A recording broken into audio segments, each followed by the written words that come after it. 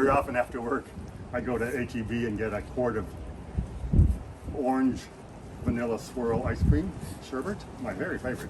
So yesterday I'm walking out of the HEB and I get to the edge of the parking lot and I hear pop, pop, pop, pop, pop. And I look in front of me, there's a police standoff right in front of 181 in front of Floresville High School. So a man to my right says, that's gunfire. And we both look up that way, and I know I thought, oh my God, school shooting, because it's right in front of the high school. Thank God it's not a school shooting. There's a large blockade of policemen there blocking off the school entrance.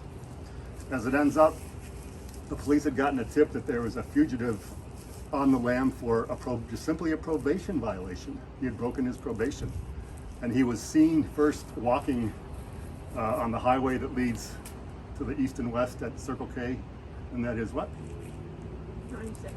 On 90, he is seen first on 97, right behind Circle K, and he walks behind Circle K, behind the barber shop, and then he gets out onto the north side of the east side of the highway, and he's walking towards the high school. He raises his gun and shoots at police. So as everybody knows, in Texas and almost anywhere, if you shoot at police, you're in a world of trouble, right?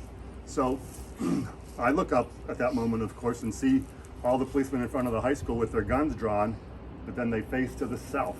He's running through the Taco Bell parking lot, and he gets behind the Holiday Inn, which is directly across from HEB to the south, and he runs behind Holiday Inn across a large green area into a forest, a little small forest behind HEB. At this time, I turned to, instead of watching him, I turned to directing traffic, and I think people thought that I was a off-duty policeman. Meanwhile, I've got my prairie work clothes on, so I have a jumpsuit with every color of paint imaginable on my jumpsuit and my sherbet in one hand, and I'm approaching about 30 cars saying, you know, stop, window down, and I'm telling each person, ma'am or sir, there is an active shooter situation right behind us right now. You need to turn to the north. And then I got it like an old timer, but I need my prescription. And I say, sir, you're gonna have to wait. Because when this happened, there was people in the drive-through lane at the pharmacy, which was directly across from where this was happening. One lady pulls out of the prescription drive-through lane, and I stop her, and she's got her hands on her wheel, and she says, she's all upset. She says, she's shaking like this. She says, I saw everything, right? And I say, oh, I'm sorry, honey, you got to go this way. And I must have turned about 30 cars around, heading to the north. Meanwhile, the policemen gather their arms in a line of about 12 to 18 officers from the Texas Rangers, the State Police, Bexar County Sheriff, and Wilson County Sheriff, and Floresville Police, all line up in a line, almost like a Civil War marching scenario, and they've got every conceivable big weapon you can imagine, from SWAT to big sniper rifles to machine guns to handguns, and they're marching 80 feet to the south, right down that grassy area, heading towards the little forest. I continue to direct traffic, and then 45 seconds to a minute later, you hear boom, boom, boom, boom, boom, boom, boom, boom, boom, boom, boom, pow! A giant shot, and then you hear nothing. And all the policemen slow down, and I turn to the HEB manager, who is just to my, he's helping direct traffic as well, and he comes over and shakes my hand and thanks me for helping. And well, first I'll start again. He's on the cell phone. He puts his cell phone down, closes it, comes over and shakes my hand, looks at me and says, he's dead. And that's the way it ended. Absolutely. And I've been a photographer all over the world, and I've done some crazy things and covered some crazy things, a lot of crime, but I've never been that close to an actual gunfight. The sound was so loud and distinctive, it was completely nuts and scary.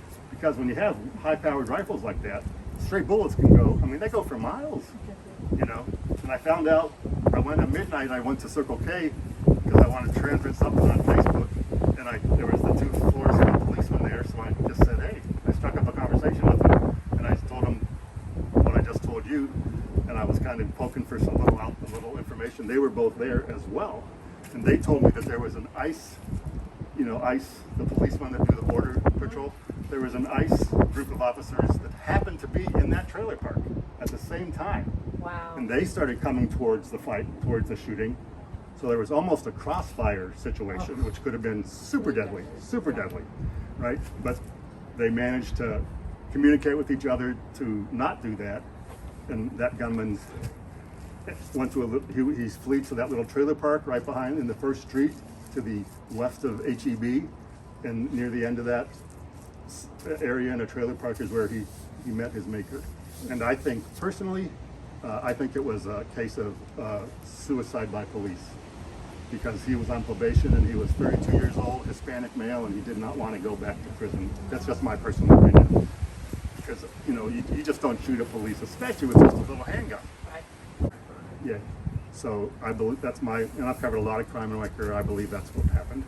So Wow. thank God that it wasn't a school shooting. Thank God that no innocent people were hurt. Right. And but boy, it was And he could easily have been. absolutely. Well, this school or any house or trailer back in that trailer park, so I want to know about your ice cream. Did it make it? the ice cream made it. That's what you've been thinking about. The ice cream made it, and many of my Facebook friends are saying, what flavor was it? Do you highly recommend it? Stuff like this. brand? Yeah. It was HEB brand, orange and vanilla cream sherbet twirl, and I am currently addicted to said ice cream. Okay. And especially I let it melt just a little bit, so it's like ice cream pudding. So it's probably perfect when you got home, right? Mwah. Absolutely. I seriously, Perfect I am directing consistency. traffic. I'm directing traffic with my ice cream in my hand. So I'm stop. You roll down the window. You do.